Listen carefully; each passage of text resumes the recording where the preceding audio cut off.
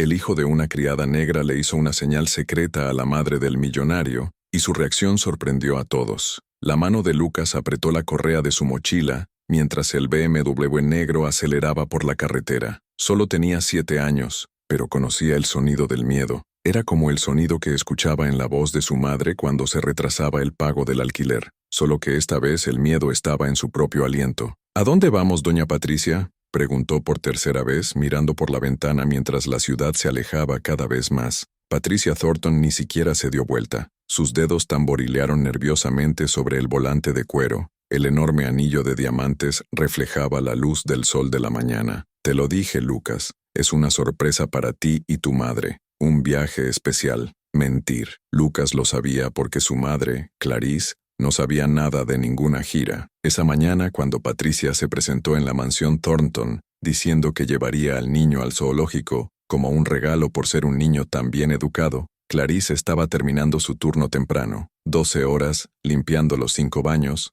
las 3 salas de estar y la cocina gourmet de esa casa de 3 pisos. Solo por hoy, Clarice. Trabajas tan duro, deja que el niño se divierta, había dicho Patricia con esa sonrisa que nunca llegó a sus ojos. Mi hijo realmente está viajando y a mí me encantan los niños. Regresemos antes de cenar. Clarice vaciló. Algo en esa invitación no tenía sentido. En 5 años trabajando para los Thornton, Patricia apenas miraba a Lucas cuando necesitaba quedarse en casa durante las vacaciones escolares. Pero el jefe insistió y Clarice, agotada tras pasar toda la noche fregando suelos de mármol, acabó accediendo. Ahora, 3 horas más tarde, Lucas estaba mirando las señales de la carretera que señalaban estados que solo conocía por el mapa de la escuela. Ningún zoológico, sin parques, solo una carretera vacía y el pesado silencio de Patricia. Sonó el móvil de la mujer. Ella respondió por el altavoz del teléfono. ¿Lo logró? La voz masculina estaba ansiosa. Sí, estamos en camino, respondió Patricia,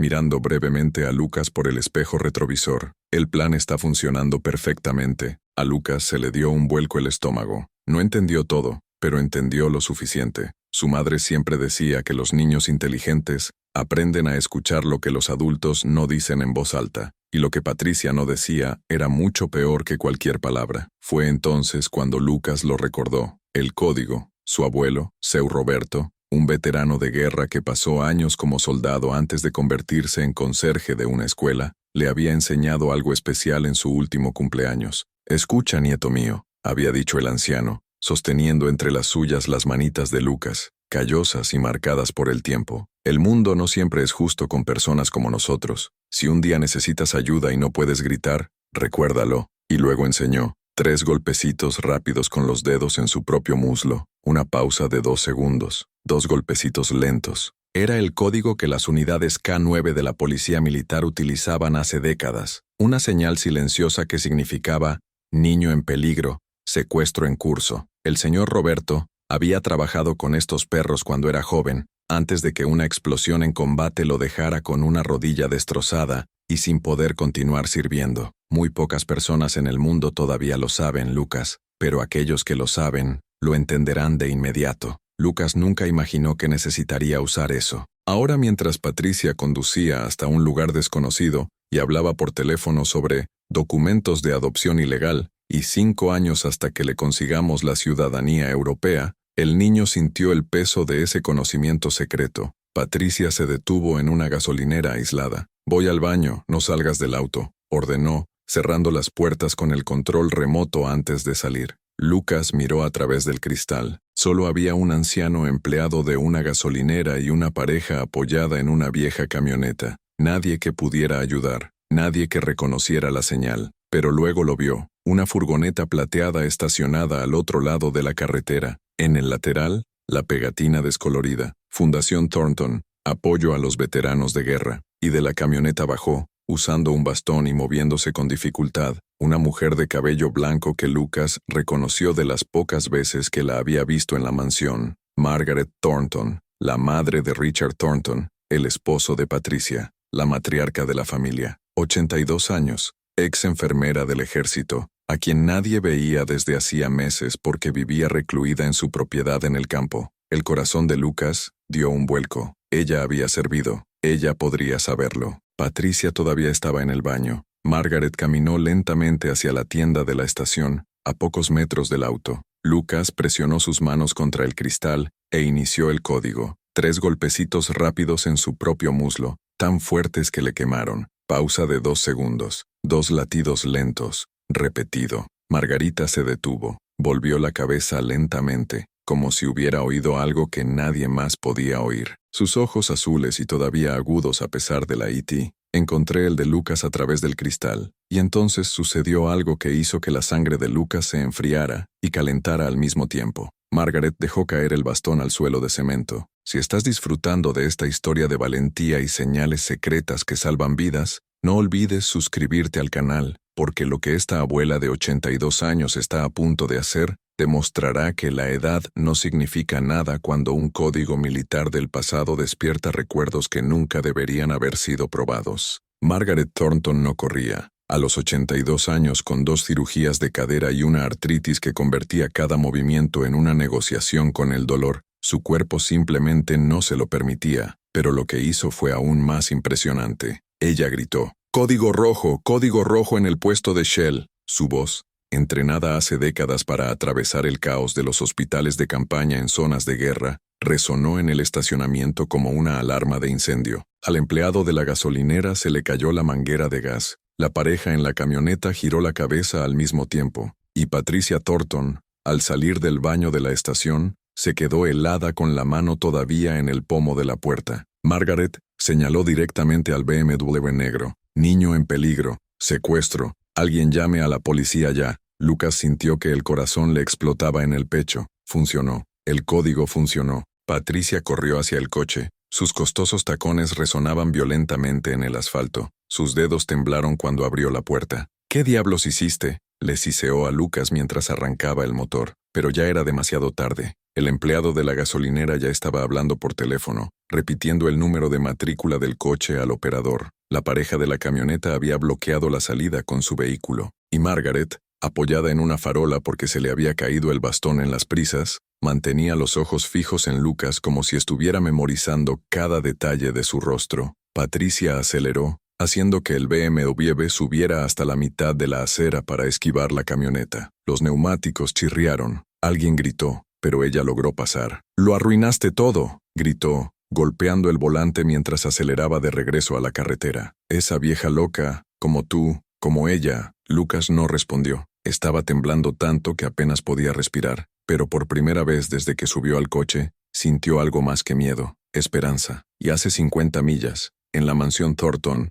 Clarice Sullivan estaba limpiando el baño del 3er piso cuando sonó su teléfono. Número desconocido. «Hola, señora Sullivan. Esta es la patrulla de caminos del estado. ¿Conoce a un niño llamado Lucas Sullivan?». El trapeador se le resbaló de las manos y golpeó el piso de mármol italiano con un sonido que resonó en la casa vacía. «Hijo mío, ¿qué pasó con mi hijo? Necesitamos que venga a la comisaría de policía regional de Millbrook inmediatamente. Hay un informe de un posible secuestro que involucra...». El teléfono se cayó. Clarice ya estaba bajando las escaleras, sus piernas tropezándose con sus propios pies, su uniforme azul de mucama manchado con productos de limpieza que ni siquiera notó. «Tu bolso, llaves. ¿Dónde estaban las llaves del autobús?». «No, taxi. Necesitaba un taxi, sin importar el precio». Fue entonces cuando se abrió la puerta principal. Richard Thornton, marido de Patricia y dueño de la casa, entró portando un maletín de cuero. 53 años, director general de una sociedad de inversión,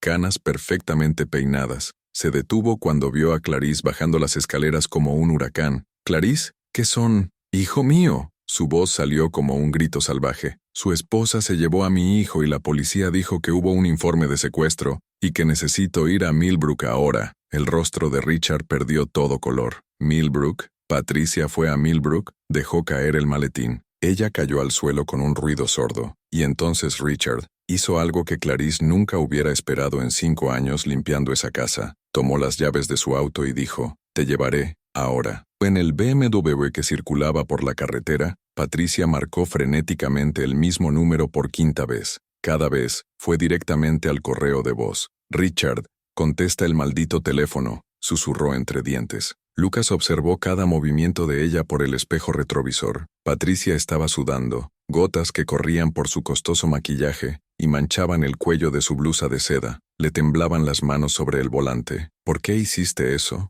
preguntó finalmente, su voz más cansada que enojada. Eres solo un niño. Era solo un viaje. Ibas a tener una vida mejor. Mi madre está sola, respondió Lucas, su voz pequeña pero firme. ¿Tu madre? Patricia dejó escapar una risa amarga y sin humor. Tu madre limpiará baños por el resto de su vida, niño. Iba a darte una educación, viajes, oportunidades que ella nunca pudo. No quiero tus oportunidades. El silencio que reinó dentro del auto fue tan pesado que pareció aspirar el aire. Patricia finalmente frenó edad. Sus ojos en el retrovisor se encontraron con los de Lucas, y por primera vez, vio algo más que una determinación desesperada. Vio miedo. No lo entiendes, susurró. No puedo tener hijos. Los médicos dijeron que es imposible. Y Richard tiene tantas ganas de ser padre. Pensé que si te trajera, si saliéramos del país y regresáramos después de unos años con papeles de adopción de algún país pobre, nadie lo cuestionaría.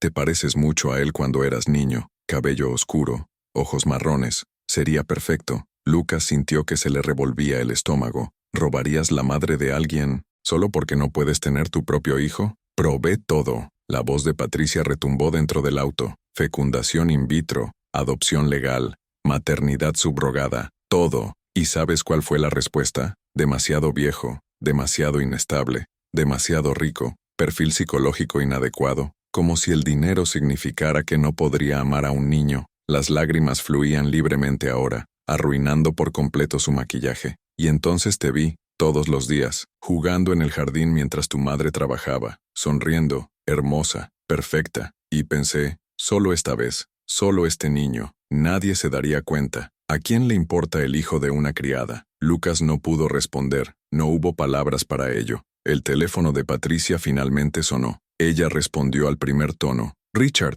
gracias a Dios, ¿dónde estás? Su voz retumbó por el altavoz con tanta fuerza que Lucas se estremeció en el asiento trasero. ¿Qué hiciste, Patricia? Puedo explicarlo, amor. Si tú solo, la policía te está buscando. Hay una alerta Amber con nuestra matrícula, y mi mamá llamó y dijo que te vio con un niño secuestrado en una gasolinera haciendo una especie de viejo código militar. Fue un malentendido. ¿Malentendido? Patricia, secuestraste al hijo de nuestra empleada. El silencio fue interrumpido por otra voz, femenina, temblorosa, desesperada. Lucas, hijo, soy mamá. Por favor, dime que estás bien. ¿Mami? La voz de Lucas se quebró. Estoy aquí, mi amor. Voy a buscarte. Solo agárrate fuerte, ¿vale? Solo un poco más. Patricia colgó el teléfono y lo arrojó sobre el asiento del pasajero, como si se estuviera quemando. Sus manos apretaron el volante hasta que sus nudillos se pusieron blancos. Se acabó, susurró. Se acabó. Pero no fue así, porque cuando Patricia miró hacia el camino, vio luces azules y rojas. 3 coches de policía bloquean la carretera formando una barricada, y de pie junto al vagón del medio, con una manta de emergencia sobre los hombros y un bastón recuperado en una mano, estaba Margaret Thornton. Ella lo había seguido en su camioneta, pidiendo refuerzos a lo largo del camino, utilizando conexiones de décadas como exoficial militar para movilizar toda una operación. La mujer que todos consideraban demasiado frágil para salir de casa, había coordinado el rescate de un niño utilizando un código que aprendió hace 50 años. Patricia frenó. El coche se detuvo a 20 metros de la barricada. Lucas vio que un oficial de policía abría la puerta trasera. Vio los brazos de su madre incluso antes de verla por completo, y cuando Clarice lo sacó del auto y lo abrazó contra su pecho con una fuerza que le quitó todo el aire de los pulmones, Lucas finalmente dejó caer las lágrimas. «¿Fuiste tan valiente?», susurró Clarice, besando la parte superior de su cabeza repetidamente. «Qué valiente, muchacho. ¿Dónde aprendiste esa señal?» «Abuelo Roberto», sollozó Lucas contra su hombro. Dijo que alguien lo entendería, y ella entendió, madre. La señora del cabello blanco entendió. Margaret estaba siendo ayudada por un paramédico que insistió en comprobar sus signos vitales. Pero ella lo empujó suavemente y caminó hacia Clarice y Lucas. Cada paso era una dolorosa victoria contra su propio cuerpo. «El soldado reconoce al soldado», dijo simplemente, colocando una mano temblorosa sobre la cabeza de Lucas. «¿Tu abuelo estaba en la infantería?» «Sí, señora. 173 de aerotransportado». Margaret asintió respetuosamente. «Buena unidad. Y te enseñó el código de emergencia K9. Dijo que tal vez nunca necesitaría usarlo, pero si lo hiciera, alguien escucharía». añadió Margarita. Y lo escuché, niña. Alto y claro. Detrás de ellos 2 agentes sacaban a Patricia del BMW, con las manos esposadas a la espalda. Ella no peleó, simplemente lloró, sollozos violentos y devastadores de alguien cuya mente finalmente entendió la magnitud de lo que había hecho. Richard Thornton observaba todo desde lejos, apoyado en su Mercedes y tapándose la cara con las manos, pero la historia apenas comenzaba a desarrollarse. Porque lo que nadie sabía todavía, ni la policía, ni Margaret, ni siquiera Clarice, era que dentro de esa maleta de cuero que Richard había dejado caer en la entrada de la mansión, había documentos que probarían que ese secuestro no fue el impulso de una mujer desesperada. Se trataba de un plan meticulosamente organizado que incluía la falsificación de certificados, de funcionarios consulares en 3 países diferentes y una red de adopciones privadas, ilegales, que movía millones de dólares. Y Lucas, ese niño de 7 años que utilizó el código de un abuelo veterano para salvar su propia vida, acababa de desmantelar accidentalmente una operación criminal internacional. Pero esto solo se descubriría cuando los investigadores forenses analizaron el historial completo de llamadas de Patricia y encontraron conexiones que nadie esperaba. 3 días después de su rescate, la vida de Clarice Sullivan había dado un vuelco de una manera que nunca imaginó posible. La historia del secuestro de Lucas apareció en todos los periódicos locales. Un niño utiliza el código militar de la guerra de Vietnam para escapar del secuestro. Los titulares convirtieron a su hijo en una celebridad menor. Los periodistas llamaban incesantemente. Las cámaras aparecieron en la puerta del diminuto apartamento donde vivían. Pero lo que más molestó a Clarice no fue la atención de los medios. Era el silencio ensordecedor de Richard Thornton. Desde el día del rescate no había estado en contacto. Ninguna llamada, ningún mensaje de texto, ninguna disculpa por lo que su esposa había intentado hacer. La mansión estaba vacía. Él simplemente desapareció, llevándose el maletín de cuero que se le había caído el día del secuestro. Clarice estaba sentada en la estrecha cocina del apartamento, mirando la carta de renuncia que había llegado por correo esa mañana, firmado por un abogado del que nunca había oído hablar. Despido inmediato del empleo por circunstancias extraordinarias. 5 años de servicio. Acabado con una hoja membretada.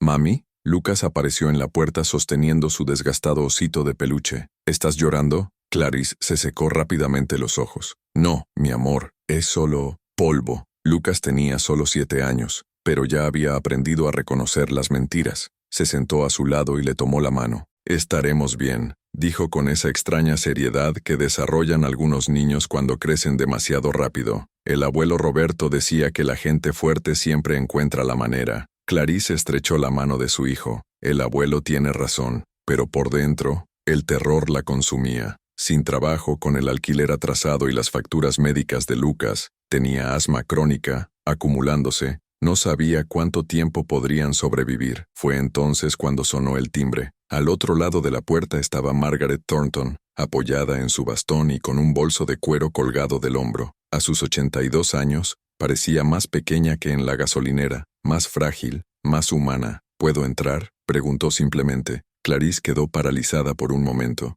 Esa era la suegra de Patricia, la madre de Ricardo, parte de la familia que había destrozado su vida. Por favor, insistió Margaret, con voz cansada, necesito hablar contigo. Lucas apareció detrás de Clarice. Cuando vio a Margaret, su rostro se iluminó. Tú recibiste mi señal. Margaret sonrió, una sonrisa genuina y cálida que transformó por completo su rostro. Sí, lo entiendo, soldado. Alto y claro. Clarice abrió la puerta. Margaret se sentó en el desgastado sofá de la sala de estar y rechazó cortésmente el café que le ofreció Clarice. Colocó la bolsa de cuero en su regazo y respiró hondo antes de hablar. Primero necesito disculparme, comenzó mirando directamente a los ojos de Clarice, por lo que mi nuera intentó hacer, por el silencio de mi hijo, y por no ver las señales antes. No tenías forma de saberlo. Sí, lo hizo. La voz de Margaret se endureció. Sabía que Patricia estaba desesperada por tener un hijo. Sabía que había estado siguiendo terapias experimentales, consultando a médicos sospechosos en clínicas privadas en el extranjero. Lo sabía Clarice.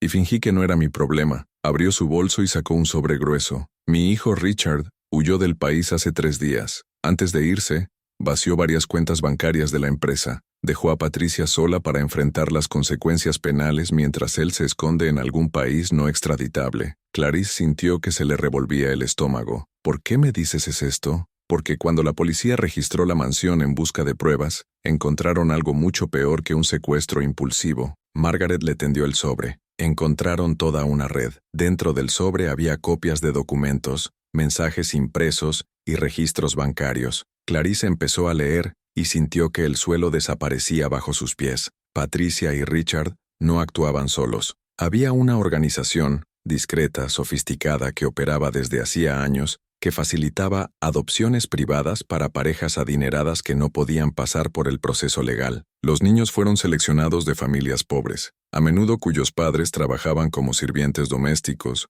conductores o jardineros para familias adineradas. El método era siempre el mismo: ganarse la confianza de la familia, ofrecer tours especiales para los hijos, y luego simplemente desaparecer con ellos en el extranjero, falsificar documentos de adopción en países con sistemas legales débiles, regresando años después con hijos adoptados que nadie cuestionaría. «Dios mío», susurró Clarice con las manos temblorosas. «¿Cuántos niños?» «Al menos 17 en los últimos 8 años». La voz de Margaret estaba quebrada. 17 que lograron localizar. Puede que haya más. Lucas, que jugaba en el suelo con sus coches, se detuvo y miró a las dos mujeres. No entendió todos los detalles, pero sintió el peso de esas palabras. Clarice miró a su hijo que casi le habían robado, y sintió que algo dentro de ella se rompía y, al mismo tiempo, se endurecía como el acero. «¿Qué quieres de mí?» Margaret se inclinó hacia adelante. Sus ojos brillaban con una determinación que desafiaba su edad.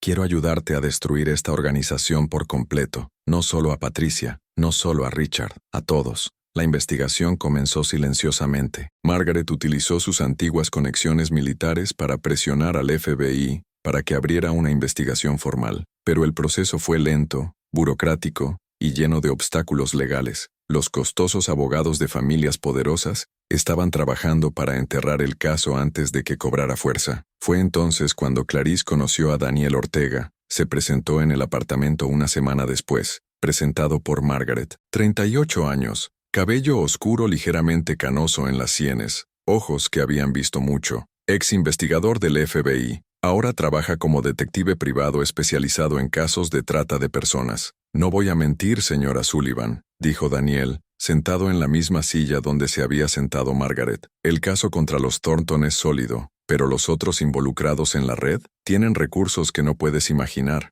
Lucharán con todo lo que tienen». «Entonces lucharemos más duro», respondió Clarice con voz firme. Daniel sonrió, no una sonrisa feliz, sino una de respeto. «Tienes algo que ellos no tienen», continuó. «Tiene la historia de Lucas, tiene la simpatía del público, y tiene un testigo que ningún juez puede ignorar, un niño de 7 años que utilizó el código militar para salvar su propia vida». Lucas, escuchando la conversación desde la cocina donde fingía hacer los deberes, sintió algo extraño en el pecho, orgullo mezclado con miedo. «Lo que necesitamos es hacer de este un caso imposible de ignorar», explicó Daniel. «Necesitamos que más víctimas se presenten, necesitamos una cobertura mediática masiva, y necesitamos a alguien dentro de esa red que esté dispuesto a hablar». «¿Hay alguien dentro?» Clarice frunció el ceño. «Siempre hay alguien». Daniel abrió su computadora portátil y mostró una foto. Dr. Marcus Webb, abogado especializado en adopciones internacionales, ha trabajado en al menos una docena de los casos que hemos podido rastrear. Si podemos darle la vuelta. ¿Cómo? Daniel vaciló. Esto requerirá que haga algo difícil, señora Sullivan, algo que podría ponerla en riesgo. Clarice miró a Lucas, su hijo, a quien casi había perdido. Su hijo, que aprendió de su abuelo a nunca darse por vencido. Nunca darse por vencido. Dime qué hay que hacer. 2 semanas después, Clarice estaba sentada en un elegante café del centro de la ciudad, esperando. Había llamado al Dr. Marcus Webb para decirle que quería resolver todo discretamente, sin demandas y sin publicidad. Dijo que estaba dispuesta a firmar cualquier documento, aceptar cualquier acuerdo financiero, siempre y cuando Lucas estuviera protegido y ella no perdiera la custodia. Era mentira, por supuesto, pero funcionó. El Dr. Webb entró en el café exactamente a la hora acordada. 50 y tantos, traje gris impecable, maletín de piel fina, pidió un café expreso y se sentó frente a Clarice con una sonrisa fría y profesional. Señora Sullivan, le agradezco que se haya comunicado. Situaciones como esta se pueden resolver de manera civilizada cuando ambas partes son razonables. Clarice forzó una sonrisa. Debajo de la mesa, sus dedos apretaron la pequeña grabadora que Daniel le había regalado, escondida en su bolso. Solo quiero lo mejor para mi hijo, Dr. Webb. Por supuesto, por supuesto. Abrió la carpeta y sacó algunos documentos. Lo que propongo es simple. Usted firma una renuncia aceptando no demandar a la familia Thornton ni a ninguna parte asociada. A cambio, recibirá una compensación financiera sustancial, digamos, $200,000. Suficiente para comenzar su vida de nuevo y cuidar bien del niño. ¿Qué pasa con las otras familias?, preguntó Clarice, manteniendo su voz neutral. ¿Los otros niños que fueron secuestrados? El Dr. Webb se quedó paralizado por una fracción de segundo. No sé de qué estás hablando. Has trabajado en otros casos de adopción relacionados con los Thornton. Lo sé. Su sonrisa desapareció por completo. Señora Sullivan, le sugiero que no haga acusaciones infundadas. Puedo presentar una demanda por difamación. No es difamación si es verdad. Se inclinó hacia adelante, su voz bajo y amenazador. Escucha con atención. Eres una criada sin recursos, sin conexiones, sin poder. Si intentas luchar contra nosotros, lo perderás todo. Tu hijo podría terminar bajo custodia estatal mientras investigaciones interminables destruyen tu reputación. Perderás la custodia, terminarás en la calle. Clarice sintió que se le helaba la sangre, pero mantuvo la compostura. ¿Qué pasa si acepto tu trato? Entonces todo esto terminará. Eres rico, tu hijo está a salvo, todos ganan. Silencio. Clarice miró los documentos. Miró el rostro de la abogada, arrogante, confiado, absolutamente seguro de que se inclinaría. Necesito tiempo para pensar, dijo finalmente. Tienes 48 horas. Después de eso, la oferta expira. El Dr. Webb se levantó, dejó una tarjeta sobre la mesa y se fue. Clarice esperó a que desapareciera entre la multitud de la calle antes de sacar la grabadora de su bolso. Cada palabra, cada amenaza, todo grabado. Ella le envió el audio a Daniel inmediatamente. 5 minutos después, respondió, perfecto, ahora lo tenemos a él, y a través de él, tenemos a todos los demás. Pero lo que Clarice no sabía todavía, lo que nadie más que Margaret sabía, era que había un segundo plan en marcha. Mientras Daniel investigaba la red criminal y Clarice reunía pruebas, Margaret Thornton utilizaba sus propios recursos de una forma mucho más devastadora. Había contratado a un equipo de hackers especializados en recuperación de datos, y habían encontrado algo explosivo en los servidores de la empresa de Richard, correos electrónicos, contratos, pagos, no solo sobre adopciones ilegales, sino también sobre fraude financiero masivo, lavado de dinero y conexiones con políticos corruptos. Richard Thornton no era solo un padre desesperado que siguió el loco plan de su esposa, era un delincuente de cuello blanco que operaba durante años, y las adopciones ilegales eran solo una pequeña parte de un imperio construido sobre mentiras, explotación y dinero sucio. Margaret, sentada en su tranquila sala esa noche, miró los archivos digitales en su computadora portátil. Pensó en su hijo, el niño que ella había criado, educado y amado, el hombre en el que se convirtió, el monstruo que no quería ver. Perdóname, Richard, le susurró a la pantalla, pero algunas cosas son más importantes que la sangre. Y luego, con los dedos ligeramente temblorosos, presionó enviar, enviando todos esos documentos a periodistas de investigación de 5 periódicos diferentes simultáneamente. La tormenta estaba a punto de comenzar, y cuando golpeara, no quedaría nada de la familia Thornton excepto restos. La bomba explotó una mañana cualquiera de lunes. El primer periódico lo publicó a las 6:47 a.m. El imperio Thornton se basó en la trata de personas y un fraude multimillonario. Documentos internos revelan una red de adopciones ilegales y lavado de dinero. A las 7:15 horas, siguieron otros 3 periódicos con historias aún más devastadoras. Correos electrónicos, contratos,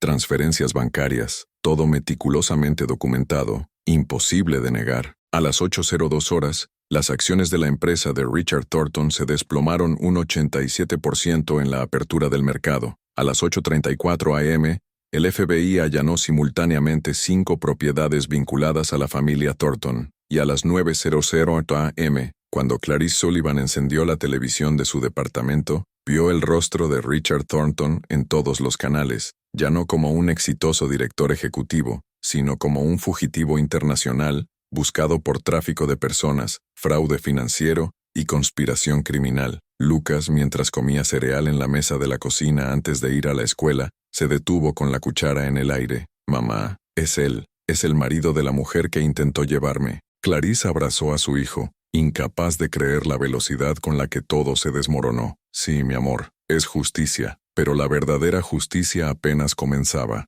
Patricia Thornton, todavía en espera de juicio bajo arresto domiciliario, y con una tobillera electrónica, vio las noticias en estado de shock catatónico. Había llamado a Richard 17 veces esa mañana. Todos fueron directamente al correo de voz. Él la abandonó por completo. Cuando los agentes federales tocaron la puerta de la mansión a las 10:23 horas, Patricia no resistió. Simplemente abrió la puerta, extendió las muñecas y dejó que las esposas hicieran clic. La señora Thornton, dijo el agente especial Rodríguez, está siendo acusada formalmente de secuestro, tráfico de niños, conspiración criminal y participación en una organización criminal internacional. Tiene derecho a permanecer en silencio. Patricia ni siquiera escuchó el resto. Tenía los ojos fijos en el televisor de la sala, donde su rostro aparecía junto al de Richard en una pantalla dividida. Ambos figuraban como fugitivos y criminales buscados. Todo lo que había construido, su reputación,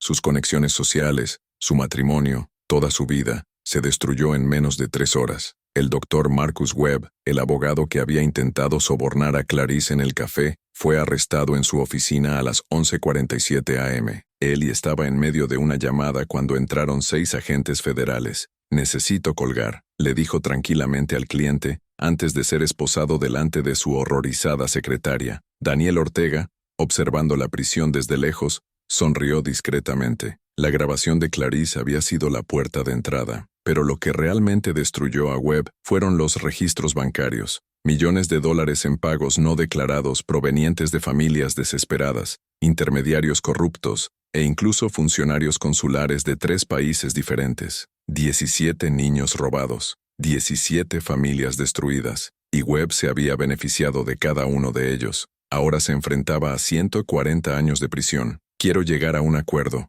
dijo Webb desesperadamente mientras se lo llevaban. Puedo entregar nombres más importantes, políticos, jueces, personas importantes. Ya los tenemos todos, respondió fríamente el agente Rodríguez. Sus correos electrónicos fueron muy útiles, Dr. Webb, especialmente aquel en el que instruyó a Patricia Thornton sobre cómo falsificar documentos de adopción, utilizando servidores diplomáticos corruptos. El rostro de Webb perdió completamente el color. La reacción del público fue inmediata y brutal. Justicia para Lucas se convirtió en trending topic en menos de 2 horas. Los vídeos de Lucas haciendo el cartel militar secreto, recreados por Daniel utilizando actores para proteger la identidad del niño, se volvieron virales con 47 millones de visitas el primer día. Las madres de otros niños desaparecidos comenzaron a hablar públicamente. Mi hijo desapareció en circunstancias similares hace 6 años. Estaba trabajando como jardinero en la casa de una familia adinerada cuando salió a caminar y nunca regresó. Mi hija, hace 3 años. El jefe de mi hermana dijo que la iba a llevar al dentista. Nunca la volvimos a ver. Cada testimonio fue una puñalada a la narrativa que las familias adineradas habían construido durante años, desde adopciones legales y benévolas hasta la horrible verdad, la trata de personas disfrazada de caridad. Emma Baum, Margaret Thornton, concedió solo una entrevista. Apareció en la televisión nacional, sentada en su silla de ruedas. El camino hasta la gasolinera había empeorado su artritis, pero con la postura erguida de un oficial militar. Mi hijo Richard, dijo con calma a la cámara, ha construido un imperio sobre el dolor de las familias vulnerables. Como madre, estoy devastada. Como ciudadana y veterana que juró proteger a los inocentes, hice lo correcto. El periodista vaciló antes de preguntar. ¿Le entregó los archivos que destruyeron a su propio hijo? Sí, sin dudarlo, porque algunas cosas son más grandes que la sangre. La justicia es una de ellas. La imagen de Margaret, de 82 años, ex enfermera militar que traicionó a su propio hijo para salvar a niños inocentes, se convirtió instantáneamente en un símbolo de coraje moral. Pero lo que conmovió aún más profundamente al país fue el momento en que el periodista preguntó por Lucas. Ese niño, sonrió Margaret por primera vez en la entrevista, es un soldado. A los 7 años, hizo algo que los oficiales entrenados a veces no logran hacer bajo presión. Mantuvo la calma y aprovechó su entrenamiento. Su abuelo, Roberto Sullivan, Debería estar extremadamente orgulloso. La cámara mostró a Roberto Sullivan, que ahora tiene 76 años, y lleva su vieja chaqueta militar descolorida, viendo la entrevista en su desgastado sofá. Las lágrimas caían silenciosamente por su rostro marcado por el tiempo y la guerra. Se acordó, susurró a nadie en particular. Mi nieto se acordó. La fase final de la justicia llegó 3 semanas después, en un tribunal federal. Patricia Thornton, ahora visiblemente más delgada y con el cabello libre de los costosos tratamientos que solía recibir,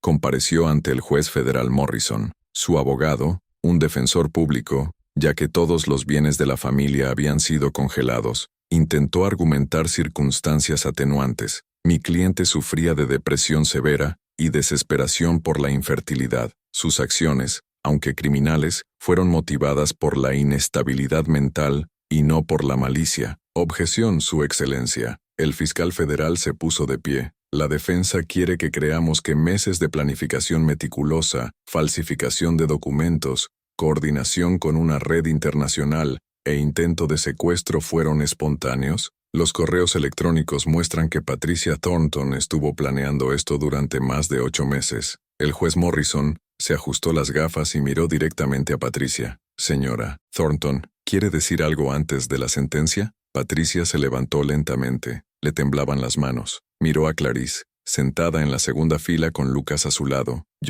Su voz se apagó. Solo quería ser madre. Silencio absoluto en la sala del tribunal. Pero eso no justifica nada. Continuó hasta que finalmente se le cayeron las lágrimas. Vi a Lucas, vi cómo miraba a su madre, vi el amor allí, y aún así, traté de robármelo, porque pensé que mi dolor era mayor que el de ella, que el deseo de ser madre valía más que su derecho a tener el hijo. Miró directamente a Clarice. Lo siento, sé que no significa nada en este momento, pero lo siento. Clarice no respondió. Simplemente tomó la mano de Lucas con más fuerza. El juez Morrison golpeó su mazo. Patricia Ann Thornton, eres sentenciada a 23 años de prisión federal sin posibilidad de libertad condicional durante los próximos 15 años. Además, todas tus propiedades serán liquidadas para crear un fondo de compensación para las familias víctimas de esta red criminal. Patricia se desplomó en su silla, sollozando incontrolablemente mientras los oficiales se acercaban. El Dr. Webb recibió 47 años.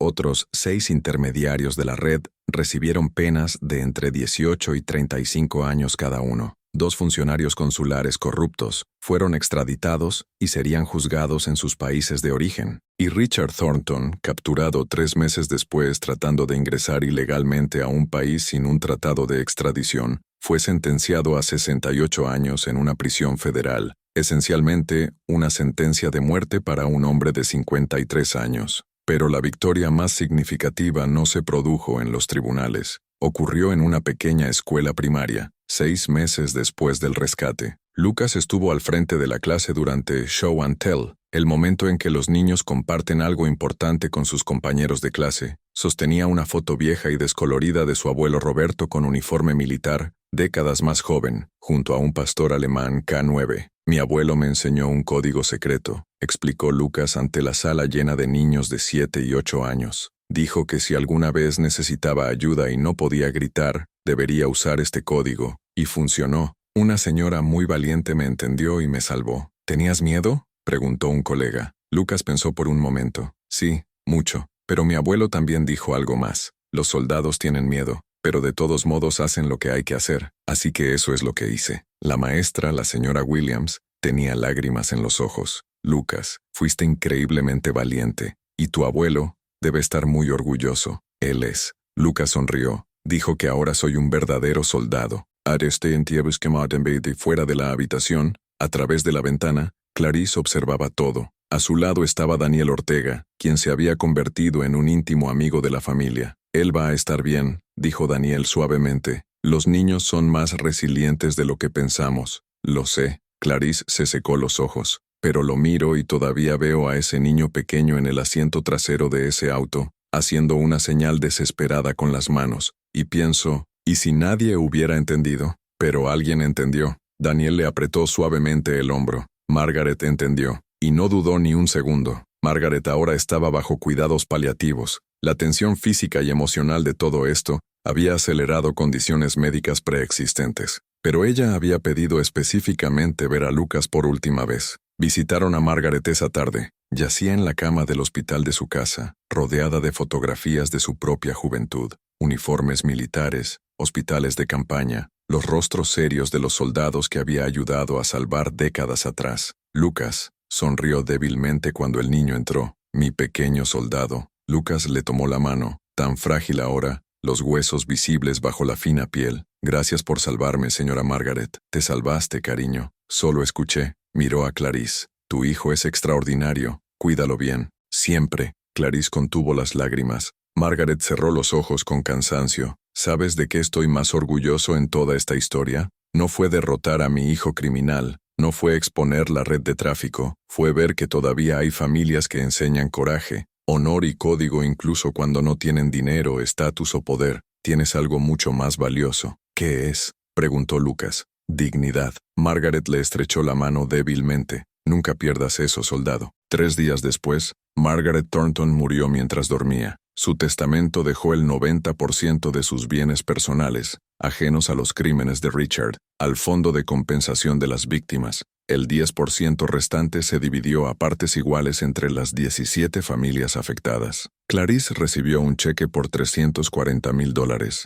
dinero suficiente para pagar todas sus deudas, garantizar un tratamiento médico adecuado para el asma de Lucas y, por primera vez en su vida, tener un fondo de emergencia. Pero el regalo más importante que dejó Margaret no fue dinero, era una carta escrita a mano, dirigida a Lucas. Querido Lucas, cuando seas mayor y leas esto, te preguntarás por qué hice lo que hice, por qué traicioné a mi propio hijo, por qué te elegí a ti, una niña que apenas conocía en lugar de a tu familia de sangre. La respuesta es simple, porque me recordó por qué me convertí en enfermera militar hace 60 años. ¿Por qué creo que proteger a los inocentes es más importante que proteger a los culpables, incluso cuando somos los culpables? Usaste un código que muy pocos en el mundo aún conocen. Esto me dijo que vienes de una familia que valora el honor, el coraje y la tradición, valores que, al parecer, no logré enseñarle a mi propio hijo. Sé siempre el soldado que ya eres, Lucas, y sepan que morí feliz,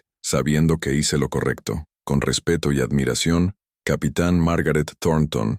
Retirada, Lucas leyó esa carta decenas de veces durante los siguientes años, y cada vez sentí el peso de una responsabilidad que no pedí, pero que llevaría con orgullo, seguir siendo el tipo de persona que merecía ese sacrificio. Pero mientras el mundo celebraba la justicia realizada y las familias comenzaban a sanar, una pregunta todavía flotaba en el aire, una pregunta que sería respondida en el capítulo final de esta extraordinaria historia. ¿Qué pasaría con todas esas personas después de que las cámaras se apagaran y la atención se centrara en la siguiente tragedia? ¿Podría Clarice reconstruir una vida más allá de ser la madre del niño secuestrado? ¿Lucas crecería libre del trauma o llevaría estas cicatrices para siempre? Y lo que es más importante, ¿cuántos niños más seguían allá afuera, atrapados en situaciones similares, esperando que alguien escuchara su silencioso grito de ayuda? Se había hecho justicia, pero la verdadera historia apenas comenzaba. 18 meses después del rescate de Lucas,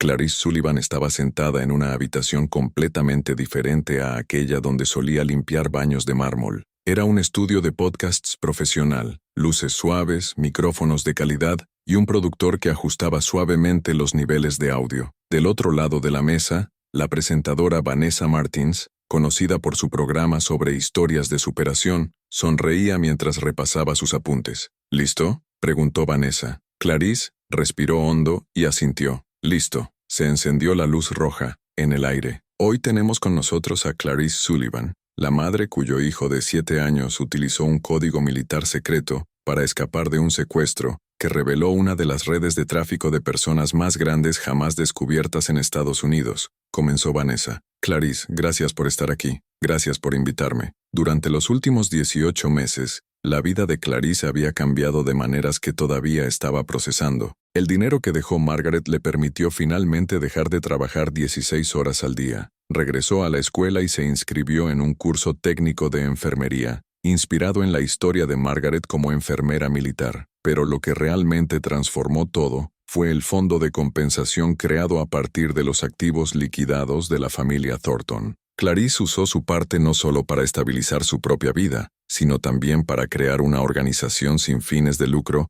llamada Code Blue, dedicada a enseñar a niños de comunidades vulnerables sobre señales de emergencia, seguridad personal y cómo reconocer situaciones peligrosas. Su abuelo Roberto Sullivan le enseñó a Lucas ese código militar, dijo Vanessa. ¿Cómo reaccionó cuando descubrió que funcionaba? Clarice sonrió, sintiendo las lágrimas brotar. Lloró. Mi padre es un hombre de 76 años que sobrevivió a la guerra, perdió amigos en combate, vivió más dolor del que la mayoría de la gente puede imaginar, pero cuando se dio cuenta de que ese código que le enseñó casualmente a su nieto le salvó la vida, simplemente lloró. Roberto estaba viendo el podcast desde su casa, sentado en su destartalada silla, vestido con su vieja chaqueta militar, se secó discretamente los ojos. A su lado Lucas, que ahora tiene 8 años y medio, sostenía la mano de su abuelo. «Abuelo, estás llorando otra vez», dijo Lucas suavemente. «Estas son lágrimas de orgullo, mi soldado». Roberto estrechó la mano de su nieto. Lágrimas de orgullo. La historia de Lucas y Clarice se había vuelto nacional, no solo como una historia de secuestro evitado, sino como un símbolo de resistencia, dignidad y la importancia de que las comunidades se protejan entre sí. Daniel Ortega, el investigador que había ayudado a construir el caso, ahora trabajaba a tiempo completo para la organización Código Azul. Viajó por el país dando charlas en escuelas, enseñando a profesores y padres sobre señales de peligro y cómo proteger a los niños. El caso Thornton reveló algo mucho más grande de lo que imaginábamos, explicó Daniel en una conferencia en Washington, D.C., 3 meses antes. Había docenas de facilitadores, abogados, consultores de adopción, incluso funcionarios de la embajada, que se beneficiaban del tráfico de niños de familias pobres a familias ricas que no podían adoptar legalmente. De los 17 niños robados que pudieron localizar, 14 fueron encontrados y reunidos con sus familias biológicas. 3 personas seguían desaparecidas, pero la investigación seguía activa, y cada encuentro, cada madre abrazando a su prometido, hijo que pensó que había perdido para siempre. Fue una victoria que resonó mucho más allá de los tribunales. Patricia Thornton cumplía su condena en una prisión federal de mediana seguridad. Sus días eran monótonos. Se despertaba a las 5:30 a.m., trabajaba en la lavandería de la prisión, comía mal, se apagaban las luces a las 9 p.m. Ella lo había perdido todo: el matrimonio, la mansión, las amistades superficiales que yo creía sólidas. Richard nunca volvió a ponerse en contacto, ni una llamada, ni una carta. Estaba en una prisión de máxima seguridad en otro estado, cumpliendo 68 años, lo que esencialmente significaba que moriría tras las rejas. Pero lo que más destruyó a Patricia no fue la prisión física, fue el conocimiento de que, en su desesperada búsqueda por ser madre, se había convertido en exactamente lo contrario, un monstruo que arrancaba a un niño de los brazos de su verdadera madre.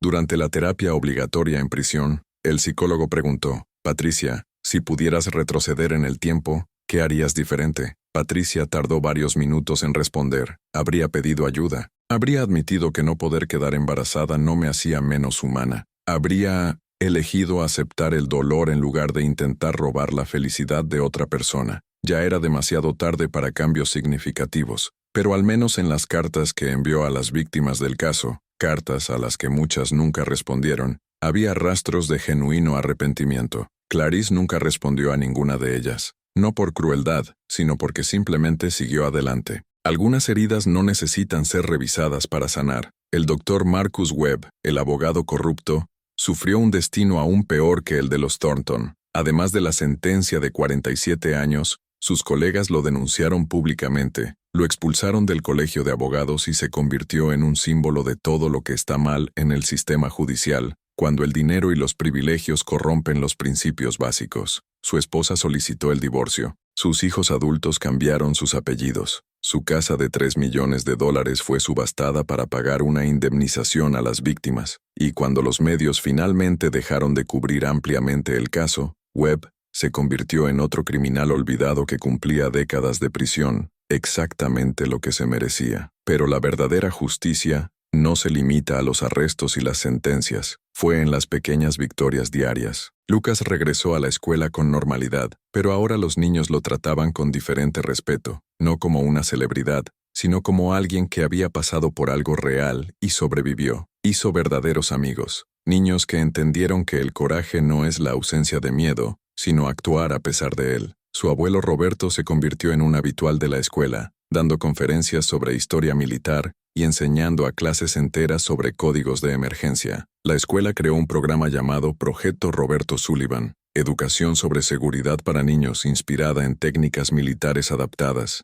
y Clarice descubrió algo sobre sí misma que nunca supo. Ella era fuerte, no solo la fuerza silenciosa de sobrevivir limpiando casas ajenas por un salario mínimo, pero sí la fuerza para reconstruir, liderar, inspirar. Te has convertido en portavoz de muchas familias que pasan por situaciones similares, dijo Vanessa en el podcast. ¿Cómo manejas esta responsabilidad? Al principio fue aterrador, admitió Clarice. Yo era solo una criada. ¿Quién iba a escucharme? Pero luego me di cuenta. Es exactamente por eso que la gente me escucha, porque no soy diferente a ellos. Soy una madre que casi pierde a su hijo, y si mi historia puede ayudar a una sola familia a evitarlo, entonces vale la pena cada segundo. First Time que era 6 meses después del podcast, Clarice fue invitada a testificar en el Congreso. Era una comisión especial sobre trata de personas y reformas en el sistema de adopción. Políticos, activistas, expertos, todos se reunieron para debatir cambios legislativos que podrían prevenir casos como el de los Thornton. Clarice estaba nerviosa. Nunca había hablado en público ante más de 50 personas.